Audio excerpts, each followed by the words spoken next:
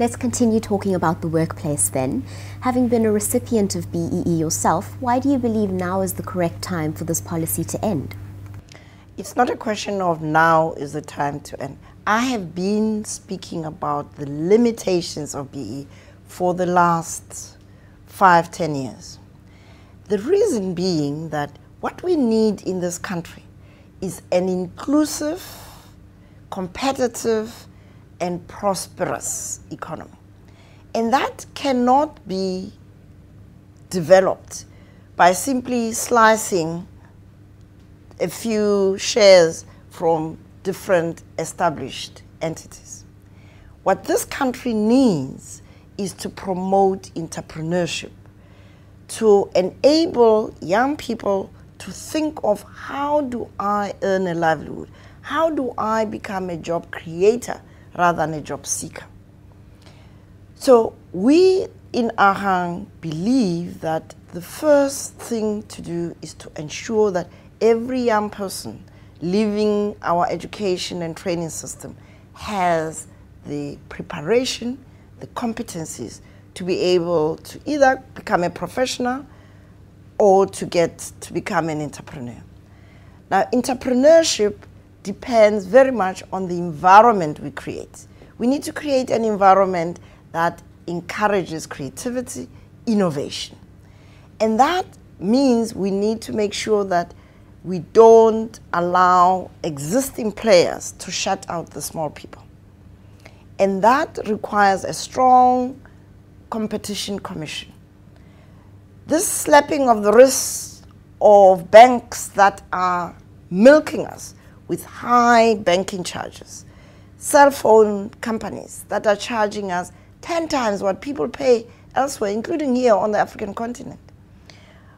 We have allowed corporates to milk the system with, not with smart work, but with profiteering because of monopolies and collusions. And that is part of the reason why we believe that BEE has unintended consequences. When you have a government like the ANC in partnership with the mining industry through Chancellor House, in partnership with Eskom through Chancellor House, in partnership with so many other players in the economy, they cannot regulate properly. We need a government which will be an honest broker, and that should be assisted by a very strong competition commission. We also believe that the small and medium enterprise space is very small in this country.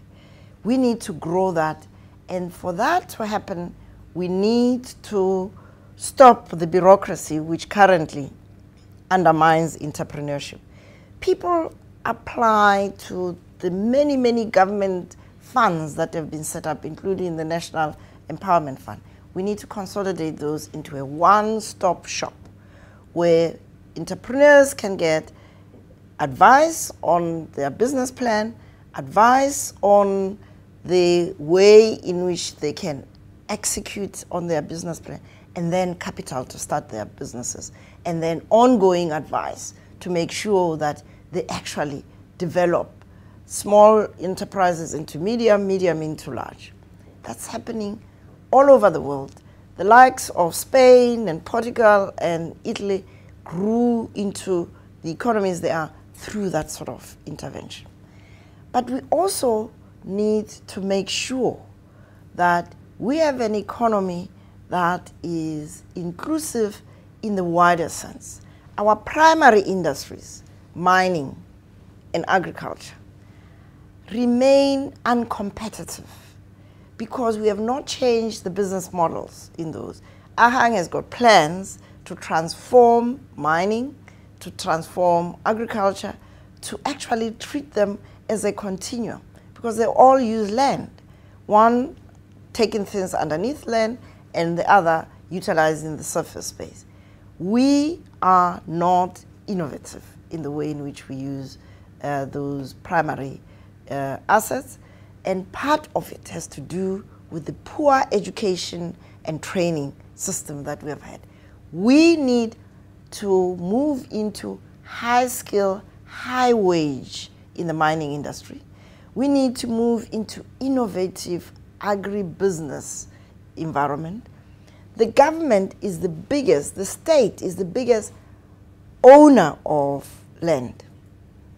If the state, through the government, were to distribute 50% of what the government owns as land, we can satisfy land hunger for residential purposes, and we know that houses are the first capital base that people build to build their own net worth going forward.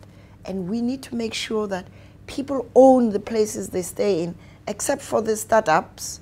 The young people need to have social housing or subsidized housing where they'll be able to rent, and then as they develop into established professionals or businesses, they can then buy their own little units. RDP houses are a waste of taxpayers' money. The government, by its own admission, has said that most of them are not fit for human habitation.